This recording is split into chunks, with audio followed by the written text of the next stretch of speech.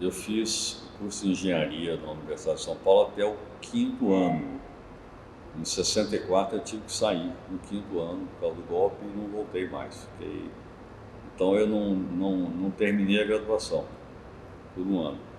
Aí a universidade, para compensar isso, agora no final dos anos 90, como eu era professor da ECA e já tinha muitos alunos que eram doutores, eles resolveram tomar vergonha e me convidaram para fazer um doutoramento direto. Eu fiz uma tese e só fui lá apresentar. E a tese é O Povo Fala. E fui aprovado com aquela coisa do louvor, não sei lá mais. Então eu sou doutor em comunicações hoje, mas não tenho a graduação completa. Claro que tem duas coisas para dizer. Primeiro, que havia um preconceito muito grande da área do cinema contra a televisão. Por diversas razões. O cinema é muito... cineasta é muito preconceituoso. Então, o cineasta, quando aparece o vídeo, não gosta do vídeo. Cinema é assim, quando era branco e preto, passou colorido, aí todo mundo falava mal, que ia acabar o cinema. Quando passou, era mudo, passou para sonoro, o cineasta achava que ia acabar o cinema. Quando veio a televisão também ia acabar o cinema. O cineasta é muito cheio de preconceito. Né? A minha turma é assim. Então, com relação à televisão, tinha um preconceito enorme também. Né? E, por outro lado, também tinha uma contrapartida, que a televisão ela se instalou no Brasil sem o cinema. Ao contrário do que aconteceu, por exemplo, nos Estados Unidos. Nos Estados Unidos, a televisão foi implantada e ela não podia competir com o cinema. Então, ela tinha que comprar, a lei não permitia que a televisão produzisse, a não ser programas específicos da televisão. Então todas as séries, os filmes e tal eram comprados pela TV americana da indústria cinematográfica. Então, o que significou uma injeção de recursos fantástica para a indústria cinematográfica, criação de renda. Tal. E nas TVs europeias, as TVs não eram privadas, nasceram públicas e estatais, e então tinha uma relação boa com o cinema, financiava, comprava. Tal. A TV brasileira não era nem como europeia, nem como americana. A TV brasileira era Roberto Mariniana. Então, ou era ligado às famílias, aos interesses familiares, grupos econômicos e familiares, que era ou a Bravanel, ou Saad, ou então da Chateaubriand, ou então Marinho. Tal. Eles são grupos que adquiriram os direitos de transmissão sem nenhum compromisso com relação à sociedade, à cultura e tal. E o cinema ficou de fora. Então, quando surgiu uma oportunidade do cinema de participar da televisão, mesmo contra esse senso crítico do pessoal do cinema com relação à televisão, eles sempre foram aproveitados. Muitos cineastas foram fazer casos especiais, novelas em televisão, e nós, um grupo de cineastas, fomos fazer o Globo Repórter, no começo dos anos 70. E nasceu com a experiência do Globo Shell. Shell patrocinou os documentários para cineastas e fez sucesso daquela ideia. Surgiu a ideia do programa do Globo Repórter, que foi aprovada, a Globo lançou, porque nasceu do cineasta a ideia. Então nós começamos a fazer, fizemos nos anos 70. Nós éramos muito independentes como cineastas, e fazíamos filmes como cineastas. Então é claro que a ditadura militar, a gente sempre tinha muito problema, praticamente eu. Tinha muito problema. Vários problemas, o tempo todo tinha problema, porque a minha temática era muito crítica, muito social, voltada para o social, até a proibição de um programa meu, chamado, de um documentário meu, do Ilcinho Galileia, que depois ficou famoso, que é um longa-metragem, que ia passar em 2 programas, em 78. Eu, em 77, tinha feito uma experiência chamada Caso Norte, que era uma experiência onde misturava ficção e documentário. E fez um sucesso muito grande, ganhei prêmio da imprensa, melhor programa do ano e tal. Estava no auge da minha carreira na televisão. E em 78 eu fiz o Ilcinho Galileia, que também era assim. E sempre histórias, coisas sociais. Caso Norte era um filme sobre migrantes de São Paulo. E o Ilcinho é sobre um garoto que se transformou em bandido e foi fuzilado pela polícia com 18 anos. E o filme é a pergunta, por que esse menino se transformou em bandido? Quer dizer, é a infância, a origem do banditismo e tal, social. Então era a pergunta e eu vasculhando a vida dele documentariamente e ficcionalmente depois, em que ele tinha um ator que o representava, o irmão, o amigo, a namorada e tal, fui compondo ficção com documentário nesse retrato desse verdadeiro cadinho, esse forno formador de marginalidade que é a periferia de São Paulo, das grandes cidades. E os militares proibiram o filme, em 78. Então, isso acabou sendo uma espécie de gota d'água. Depois de tantos problemas que a gente criava para a Globo, para a empresa, acabou sendo a gota d'água para que os cineastas fossem tirados do programa e o programa passasse para os repórteres, né? Claro que eu era muito crítico a isso, porque os repórteres eram mais dóceis. Os repórteres fazem parte de uma estrutura jornalística, com chefes, com tudo ali e tal. Então, naturalmente, são mais dóceis, sabem o que dá para fazer, o que não dá e tal. O cineasta não quer ter esse tipo de noção. Então, o Globo Repórter foi se transformando com os jornalistas, que eram os repórteres de vídeo, aqueles que aparecem na frente da televisão. Mamãe, olha eu aqui no Pantanal, né? Olha aquele grito aqui na fonte do Rio Amazonas, a paisagem aqui é magnífica, fica emocionado. Eu digo o seguinte, na nossa época, o assunto era o Brasil. Quando mudou, o assunto era o repórter. O público assiste o repórter igual um grupo de turista assiste o guia. Quanto mais espirituoso o guia, mais o turista gosta. Então, a diferença é mais ou menos essa. Nós estávamos falando sobre a catedral e quando mudou, o programa estava falando do guia. Né? Então, aí Quanto tempo que durou essa fase do cineasta? Entre 74 até 79, 78, que é o Ilcinho Galileia. Posso dizer que são 4 anos. Quantos cineastas, mais ou menos? Falar de cabeça, além de mim, o Coutinho, o Walter Lima, o Maurício Capovilla, o Hermano Pena, que eram faziam mais sistematicamente, na verdade, éramos o Coutinho, o Walter Lima e eu. E vocês não tinham essa relação direta com a emissora? Não, eu era contratado, eu fui contratado pela Globo para criar o setor de reportagens especiais de São Paulo, em 74. Acontece que eu entrei na televisão antes, aí vem a pré-história, no Hora da Notícia, junto com o Vlado. O Vlado voltou da Europa, junto com o Fernando Jordão, e eles programaram, então, criar o jornalismo diário na TV Cultura. E me convidaram para ser o repórter especial. Eu já era cineasta, tinha longa-metragem, já tinha prêmio, inclusive, no Brasil, tinha prêmio no exterior, tudo, né? Já tinha uma carreira começada, já com percussão.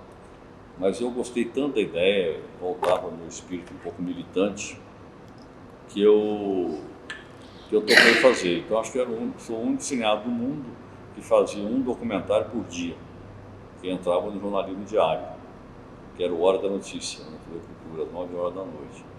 E tinha uma repercussão muito grande, porque a TV Cultura era muito elitista, e geralmente a audiência era zero, era um traço. Quando chegava na hora da notícia, passava para 3, 4, 5, aí acabava o programa e voltava para zero de novo.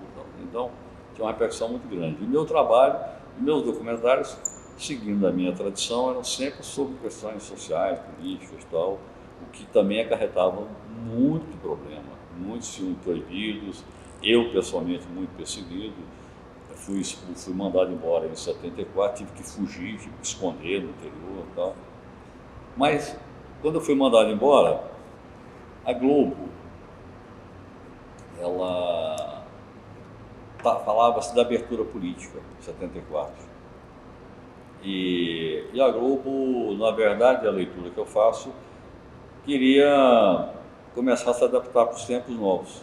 E chamou justamente o diretor do jornal, que era o Fernando Jordão, que também tinha sido expulso, e eu para a Globo. Ele para o Jornal Nacional e eu para criar em São Paulo a divisão de reportagens especiais, em 74. Nós caímos para o alto, saímos de uma pequena empresa, fugindo e correndo, escondendo, perigosos, e fomos contratados pela maior empresa de comunicação brasileira, tal, que era a Globo. Então eu fui para lá, criei o setor de reportagens especiais, e tinha lá os repórteres, a equipe que trabalhava comigo, e eu particularmente dirigia filme para todos os programas, inclusive o Globo Repórter. Para Domingo Gente, Esporte Espetacular, Fantástico, inventei vários programas especiais, programas grandes, de 1 hora e tal. Mas o meu foco principal era o Globo Repórter, desde 74. Né? Você tinha autonomia? Eu tinha autonomia total. Para se pautar. Eu escolhia meus... Desde o Hora da Notícia, eu que me pautava. Então o programa tinha 15 minutos, eu às vezes entrava com um especial de 5, 6, 7 minutos no noticiário diário. Muitas vezes, na metade do programa. E eu mesmo que escolhia os temas, e às vezes o Vlado editava, ou o Fernando Jordão editava.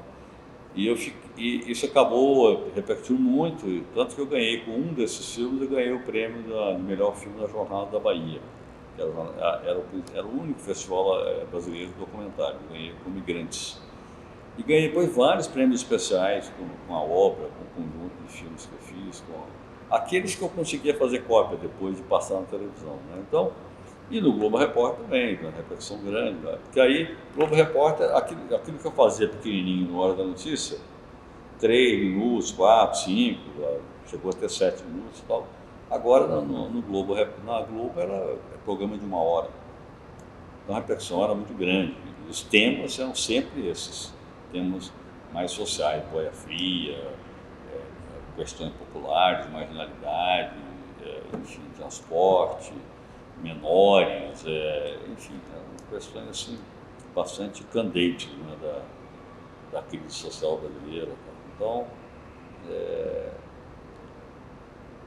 você ter uma ideia, quando eu fui para a Globo, meus 2 primeiros filmes foram proibidos internamente. Um chamado Escola de 40 Mil Ruas, sobre menores. E o outro, a Batalha dos Transportes, sobre a questão do transporte urbano, a miséria do transporte urbano em São Paulo. E aí a censura interna proibiu o filme, não deixava passar. Eu achei que eu estava fora da Globo. 2 filmes. Aí eu briguei muito, a Globo, para resolver a questão, resolveu criar um Globo Repórter só para São Paulo. Então, tinha um programa chamado Globo Repórter Atualidade, que eram 3 segmentos. Eu fazia um deles, de 15 minutos. E o meu só veiculava em São Paulo. Então, foi a primeira etapa. E depois fez um sucesso danado. Os 2 filmes passaram, deram muito sucesso, deu matéria, deu capa da Veja, por exemplo, você tem uma ideia. A Veja, na outra semana, soltou uma matéria, quando passei o filme sobre as crianças, Escola de 40 Mil Ruas, a Veja soltou uma matéria, uma capa, que era as 40 mil ruas de São Paulo, com a foto de um garoto menor. Então, para ver a repercussão que teve. E aí, com isso, acabei ganhando espaço e recuperei meu espaço e comecei a fazer nacionalmente. Tanto esse programa mensal Atualidade, que eram 3 segmentos, quanto o Globo Repórter completo. Eu fiz vários e tal, até a proibição do Ilcim Galileiro. Que foi em 78. Mas o Ilcim eu já fiz fora da Globo, porque em 78 eu ganhei o Festival de Gramado com o Doramundo. Eu filmei em 77, ainda na Globo, estava na Globo ainda, E filmei o Doraemon em 77, participei do Festival do Gramado e ganhei lá os principais prêmios. Melhor filme, melhor diretor, melhor cenografia. E aí eu resolvi largar a ECA, que eu era professor da escola, desde o começo. No curso de E cinema? eu me demiti, hein? No curso de cinema? Eu era professor de direção, desde 68. Então eu me demiti da ECA e me demiti da Globo, queria ficar só em cinema. Aí em 78, ainda, eu fiz o Ilcino Galilei já como professor independente, a professora era minha, eles me pagaram para fazer. Resolveram me contratar para ficar fazendo. Aí eu fiz pela minha empresa lá, o Ilcino Galilei, foi proibido. Então, depois eu fiz um outro sobre a Revolução 32, ainda fiz algumas poucas coisas. Mas aí foi acabando, a relação foi acabando. E a Globo Repórter foi declinando, despite, apesar do sucesso de crítica e de público, e de audiência. E eles tiraram. Foi tirando porque dava muito problema, foi criando problemas políticos, né?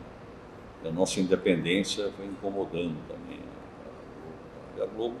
Então transformou o programa no que é hoje, que é uma reportagem, um programa de grande reportagem, não é um programa mais de documentário. Acho que basicamente copiou, não só o jornalismo, né? Todo mundo, né? Talk show, esses programas de auditório, todo mundo, até os programas religiosos aí feitos na televisão são copiados dos americanos, tudo, né? O modelo, o jeito dos pastores se apresentarem, quer dizer, todo mundo copiou a televisão americana. E por incrível que pareça, às vezes a televisão mexicana também. Então, o mexicano copiava mal os americanos, aí o Brasil copia mal os mexicanos. Então, acho que aqui é uma cópia geral. Como dizia o Chacrinha, na televisão nada se cria, tudo se copia. E você acha que essa influência dos cineastas foi temporária ou você vê que ficou alguma coisa? Olha, eu acho que foi... Eu não sei dizer se ficou alguma coisa, porque a gente saiu meio como uma coisa que incomodava. Então a gente foi saindo e a televisão foi tentando mudar outra coisa. Por exemplo, eu tenho um último filme meu, não passou na Globo. É um filme sobre educação. E eu fui tão autoral, tão pessoal no filme, o que não era pecado nenhum, porque esse autoral é muito bom. E, por outro lado, meus filmes sempre fizeram sucesso na Globo. Sempre eram filmes de grande audiência. O Caso Norte é um dos filmes de maior audiência do Globo Repórter. Super autoral. Não tem pecado nenhum. Era autoral, tinha prestígio, daí a crítica. Esse filme meu tinha crítica nos jornais depois, nas revistas, coisa que não acontece no outro programa. E dava certo, tudo certo. Mas foi incomodando o Globo. Então, quando eu fiz o filme sobre educação, estava no auge de uma espécie de corporativismo global, onde se pregava o seguinte: aqui não tem autores, aqui é coletivo. As criações aqui são coletivas. Então, eu mostrei o filme lá para a Alice Maria, que era então a diretora de jornalismo, e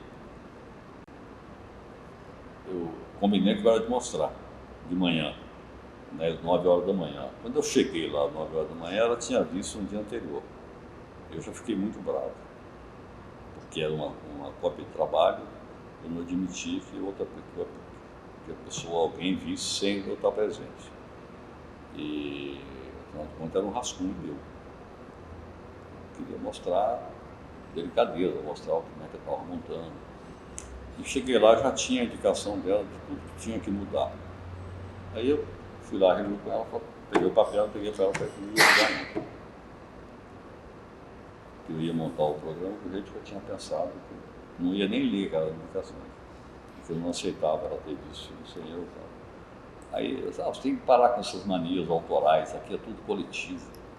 Aí eu falei, bom, então tudo bem, eu não vou mexer. Aí ela simplesmente arquivou o filme, me pagou tudo, fiquei um filme que eu viajei o Brasil inteiro, fiquei um mês viajando, filmando com a equipe, com tudo, com gasto, tudo foi arquivado, nunca foi exibido. Então, essa coisa bem corporativa, de dentro de corporação, e nós temos todos a Globo no coração, somos a Globo é um pensamento coletivo, nós somos todos irmãos, tal, uma coisa terrível, assim, corporativa e tal. Então, o programa então incomodava bastante, nós incomodávamos bastante. Então a tendência era acabar com isso, pondo os repórteres que já estavam dentro desse esquema para fazer isso. Então, não sei se ficou na Globo, não ficou muita coisa. Com uma farsa, por exemplo, um dos primeiros programas feitos por esse pessoal é um sobre o Pantanal, sobre os coreiros do Pantanal, que era o pessoal que matava a jacaré para tirar couro. E é ilegal. Então tem um dos Globo Repórter, o repórter saía à noite com o barco e dizendo, nós vamos agora tentar flagrar os coreiros, eles são perigosos, são armados, e nós estamos aqui com um guia, nós somos perigosos, eles têm que tomar muito cuidado, porque tal. Aí tem aquela ilhazinha lá, tem uma luz lá, eles estão lá, nós vamos chegar, e o repórter, nós estamos chegando, luz, vamos devagar, vamos desligar o motor, vamos remar para chegar e tal. E eu estou assistindo aquilo. De repente tem um plano em que aparece a canoa chegando na ilha.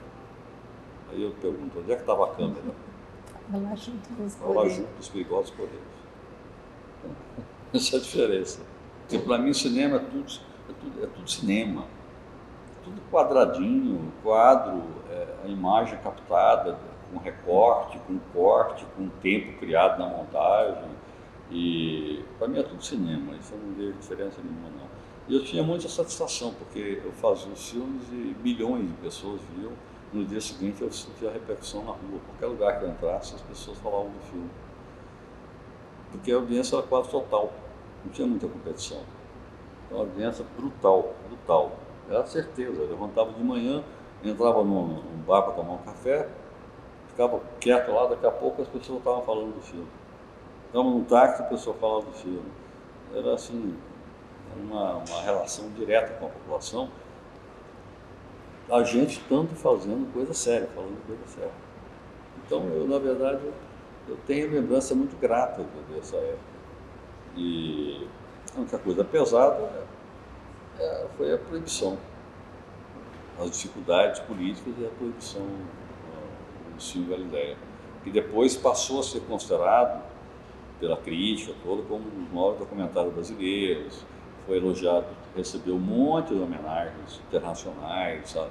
Abriu vários festivais internacionais, exibiu exibição especial, eu mesmo convidado, quer dizer, o filme virou uma espécie de cult, mas a população não... eu sou totalmente a favor do digital, eu tenho feito filme digital, lancei o filme, o Vlado, em digital, não tem nem cópia, lançou via satélite.